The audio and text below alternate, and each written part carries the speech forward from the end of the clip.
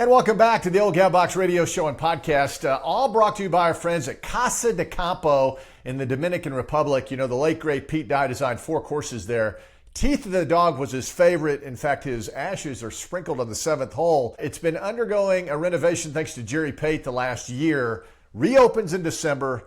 Can't wait to be down at the DR for that. And I encourage you, family vacay, guys trip, whatever, go to casadecampo.com. All right, let's talk a little golf. Continue here. The Charles Schwab Cup playoffs, 2 events to go. This week, the final 54 at the Simmons Bank Championship. It's in Little Rock, Arkansas, and the Pleasant Valley Country Club is the site, and it's an awesome golf course, by the way.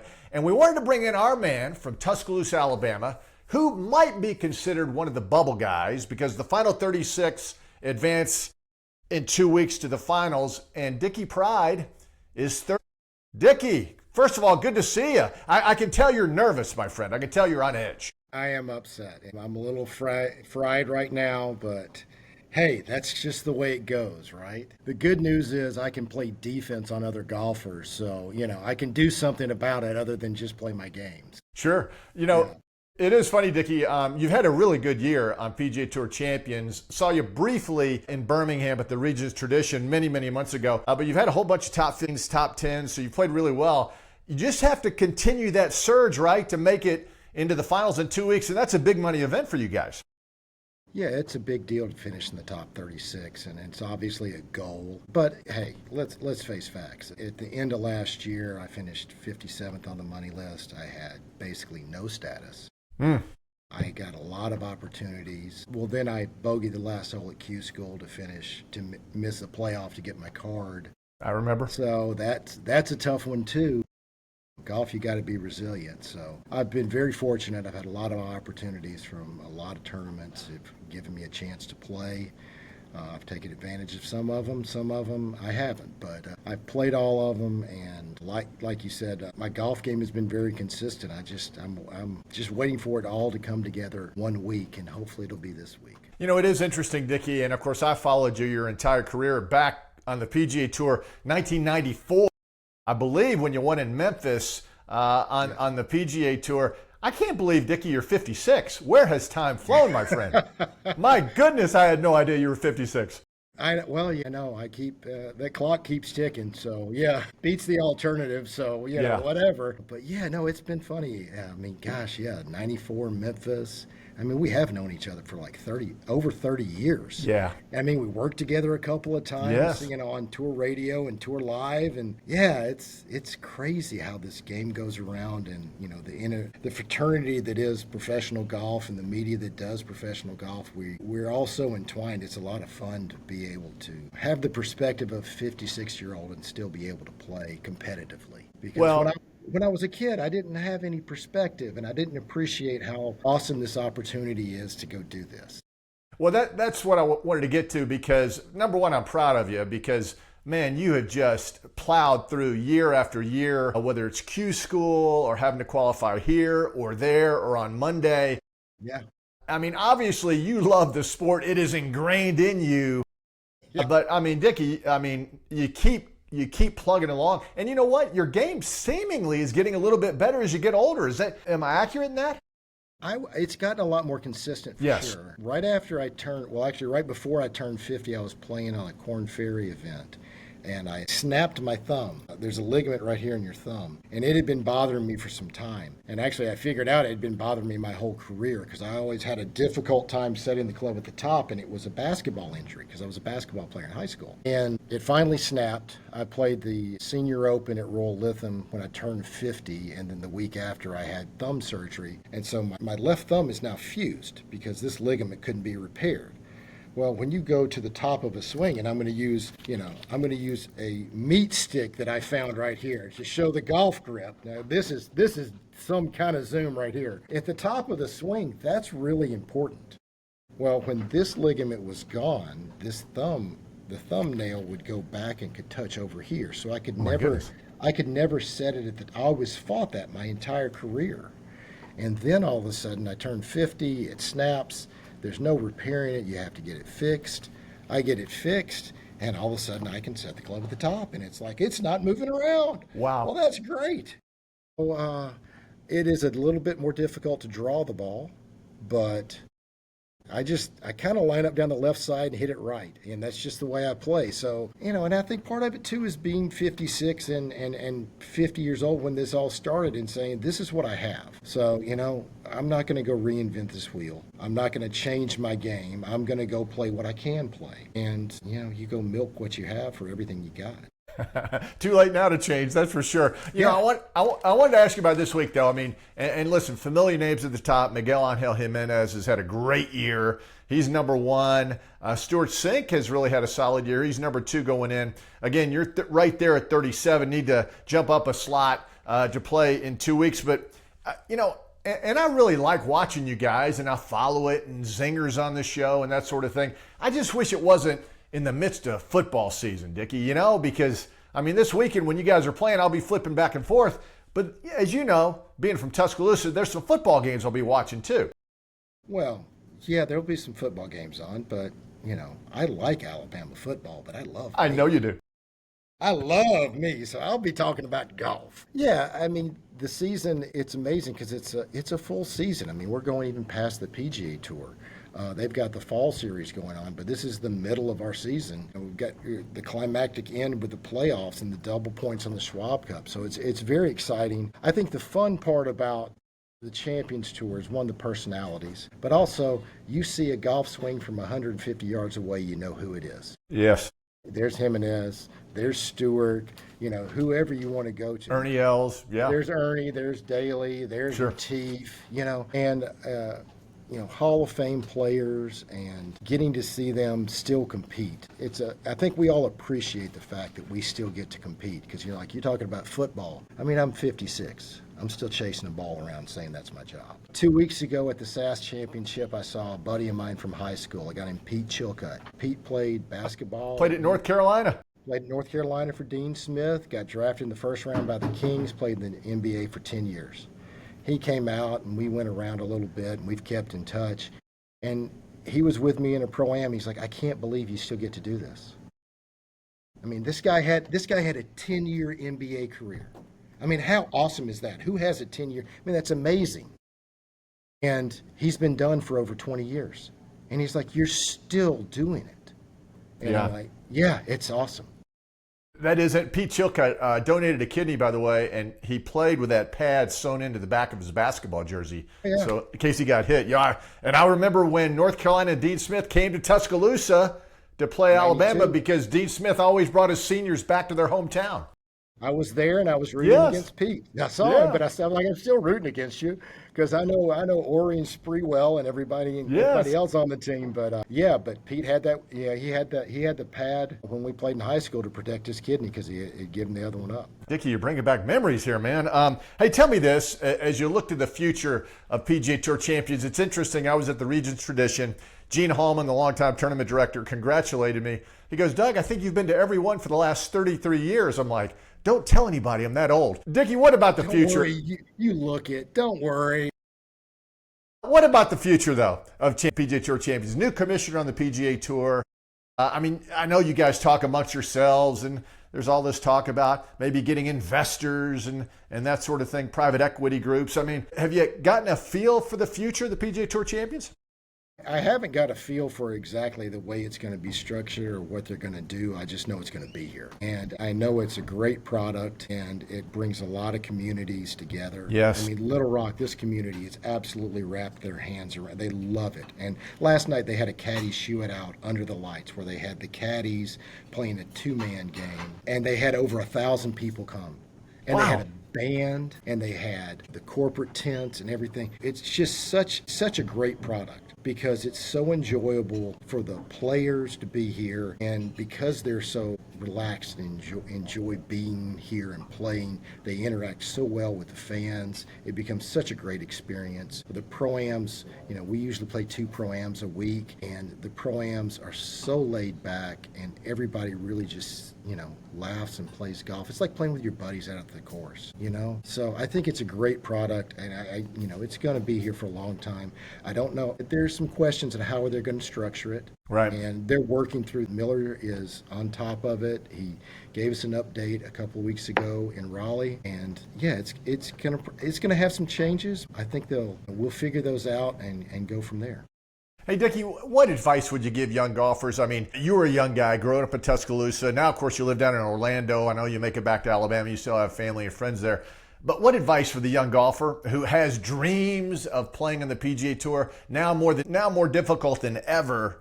But what advice would you give young guys? Because there's thousands of them out there who dream of making it. Yeah, and I was one of them, and I got and was able to do it. I think there are a couple of things. I mean, all these kids are coming out with speed, so they hit the ball the wrong way. But golf is the ability to turn 3 shots into 2 shots. And what I mean by that is if you miss a green, you chip it up and you tap it in. Mm-hmm. But it also, when it comes to professional level, I mean, I think Bobby Jones is the one that said that. I'm not going to act like I came up with this. That's all right. What I found through my career is it's also about being in the fairway and turning 3 shots into 2 shots to make a birdie. And usually that's from 150 yards and in. So if you have aspirations of being a professional golfer, I would tell you from 150 yards and in, I would just be the best player around, because that's what matters. Because if you can, it's great that you can hit it a long way. It's an advantage. But, the guys that are on the top of the leaderboard every week, they're 150 yards and in, they're very, very good, and they're very efficient, and they're very consistent. I mean, you go look on the tour. Xander Schauffele, Scotty Scheffler, yeah. Yeah. I mean, everyone talks about Scotty Scheffler's footwork. I was like, yeah, you see what he does from 150 and in? He stuffs it. He's the best. He's been the best for the last 5 years from 150 no yards. And they all say, oh, he's a bad putter. Well, he ain't that bad. I mean, there's no way he's that bad. I'm looking at all he's won. He's got to make some putts. He's a good putter. Now, he may hit it so close that you give yourself a 10-footer on every hole and you miss 5 of them. They're going to say, oh, you're not putting good. It's like, yeah, but I'm leading by 3. So who cares, right? Oh, me. Yeah, you're right on, though. I mean, listen, when I'm out there on the PGA Tour, I'm amazed at how accurate Scotty Scheffler is from 150 yards and in. With a 9-iron or a wedge or whatever wedge he's hitting. Whatever it is. He's automatic. Yeah, and I mean, and we've got technology now that, a lot of people are taking this technology at TrackMans and Foresights and all the yardage, the distance measuring devices. They're using them to say, oh, look how far I can hit it, and they're optimizing what they can do with a driver. Well, once you optimize the driver, you know how good it is to take those and do your distances? I mean, every warm-up session I have, I start at 20 yards, and I go from 20 to 30 to 40 up to 150, and I have to hit it within 2 yards of that target number, whether I do 5, so either 25, 35, etc., or 20, 30, 40, etc. I have to hit it within 2 yards of that to move on to the next level. And I do it every day, and it's helped my game a lot. And these kids are doing that, and that's where you get good. If you know how far you can hit the ball, then you can attack pins, especially from 150 yards and in. Yeah, that's great advice. Yeah, for all those young guys. All right, tell me this. Tiger undergoes another back surgery 2 weeks ago. Yeah. I don't know. And this was a pretty serious one with that collapsed disc in the spinal cord. I know you guys were kind of hoping he would come out and play a little bit, right? He'll turn 50 next year. We sure are hoping to. Yeah, I mean, we hope he will. I mean, I know he signed the deal with Insperity, who's one of my sponsors, and we have the Insperity Invitational. I'm hoping we'll see him there. I mean, the good part about the Champions Tour is if you do have something going on, you can take a cart, which is a big deal. I mean, yes. Look, golf is rough on your body, and you do it as long as we do it is rough. It's going to be even rougher. And especially you're seeing with a lot of guys, Tiger's age and a little bit lower, they've gotten so much speed that they've abused their body a little bit, and sometimes that's showing. But yeah, I think he'll play. I hope he will. I mean, it'd be good to see him anyway. I mean, I wish him the best with his surgery, but I imagine having back surgery is getting old for him right now.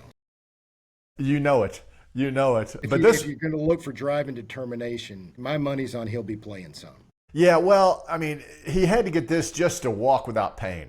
That was the key component. Let's go to the next step. Let's walk without pain, and then we'll go from there. So I wish him nothing but the best. All right, Dicky, I got to get a football. Just one last question. I mean, your Crimson Tide on a serious roll, my friend. Have you been back to Tuscaloosa to see him play yet? Justin Thomas was in T-Town last week for the big game, and he sat in the box with Coach Saban. How does he pull that off? You have looked at Justin Thomas's record, right? Just I know how he pulled it off. I mean, the fact that he played the Ryder Cup a couple of weeks ago, won a couple of majors. I think he's won like 17 times. Yeah. And he went to Alabama and graduated. Yeah, I think we pretty much know how he pulled that off. Okay. But I have not been back to a game. I'm going to try to go back to a game on the 22nd, I believe. Okay. In November, we're actually having a golf alumni thing. So I'm going to play with Jason Bone, my teammate. Oh, man, that's great. He was my teammate at Alabama, so we're going to play together and go back to a game. I have played, actually in Birmingham, I played with Greg Byrne and Coach DeBoer. And Coach DeBoer, and we've all kept in touch, and it's been really satisfying for me to see how well they're playing. But, I mean, you know how football is. You give it, if you don't like what you're hearing, give it, a second, because they're going to change on you. Especially nowadays, yeah. Yeah, exactly. And, the FSU game was very difficult. But, I mean, who learns from winning? You learn from adversity. And I think the team has really responded. And I'm so happy for Coach DeBoer and those kids, because those kids put in a lot of effort. If you haven't been around a major university and watch what these guys do. With football, it's tough, too, because they have a helmet and pads and all that, and you think they're grown men. And they're 18 to 22-year-old kids. They're kids. They're babies, yeah. They're all kids. I mean, the kid, the quarterback for Vanderbilt, I mean, he's like 24. He's still a kid. He's old for that, but 24 is a kid, right? Yeah. So, I mean, it's amazing the commitment these guys have, and I'm so happy for their success. The great part about it is the lessons they learn playing football at a major college like Alabama are going to take with them for the rest of their lives, and they're got a good chance to be successful. They're going to get a degree, and you don't have to question whether they have a commitment. They get things done. Yeah, it's exciting to see. Yeah, well said, Dicky. Well said. Jason Bone, by the way, one of my favorite guys. And were you with him the day after Halloween? You guys were at the University of Alabama. He gets the hole-in-one to win $1 million. Yeah. Accepts it, has to turn pro, and he said that's really what catapulted him to a professional career because he really had no financial backing. Were you there that day? I was there that day. Isn't that crazy? I was there that night. Well, here's the thing about Jason. Now, people don't know this about Jason. I'm going to tell this story, and he's going to get mad at me. But he'd redshirted the year before, and he was going to be playing for the team. He was a good player, and it was obvious. And he wins that. He obviously took the money and did the whole thing, and it helped him. But what he did was he changed his major from, I think he was biology or engineering, to business, to manage money. And he went and got a job at Tuscaloosa Country Club so he'd have a place to practice.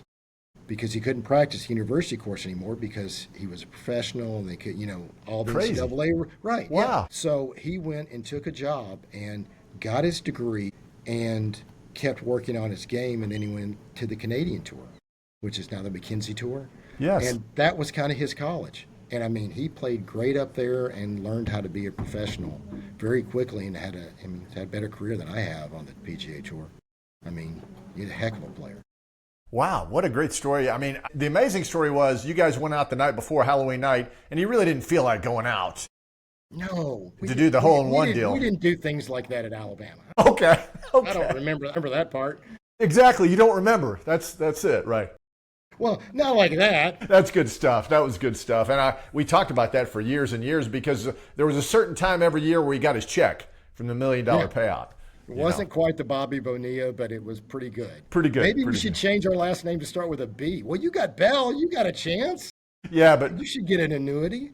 Well, my golf game doesn't compare to you guys. I'm still trying, though. I'm still trying. Hey, worked for Bobby Bo in baseball. So yes, it did. Not? Yeah. Hey, Dicky, we appreciate it, man. Good luck this week. I hope you make that. Just move up a couple of notches, and hopefully we'll talk to you in a couple of weeks for the Charles Schwab Finals. But good luck this week in Little Rock. Thank you, Doug. Good to talk to you. Thanks, buddy.